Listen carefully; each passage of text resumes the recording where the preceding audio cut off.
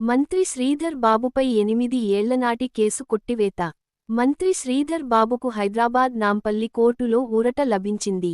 మంత్రి శ్రీధర్ బాబు మాట్లాడుతూ, కాళేశ్వరం ప్రాజెక్టుకు సంబంధించి ఉమ్మడి కరీంనగర్ జిల్లాలో ప్రజా విచారణ చేస్తున్న సందర్భంగా రైతుల హక్కులను కాపాడేందుకు వినతిపత్రాన్ని ఇవ్వాలని వెళ్లాము. అధికారం అండతో మాపై వివిధ సెక్షన్ల కింద కేసులు నమోదు చేశారు.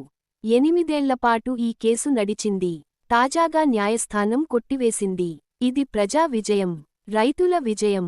పేద రైతు ఘోషను న్యాయస్థానం విన్నది. అధికారం ఉందని నాడు కేసులు పెట్టారు. పోలీసులను అడ్డగోలుగా వినియోగించుకున్నారు. కాని ఇవాళ ప్రజాస్వామ్యం ఉంది. చట్టాలను నమ్ముతూ మేం ముందుకు వెళ్తున్నాం.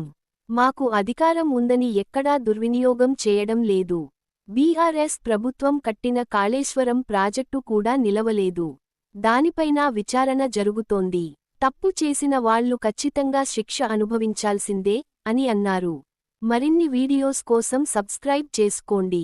మీ అభిప్రాయాలను కామెంట్లో రాయండి.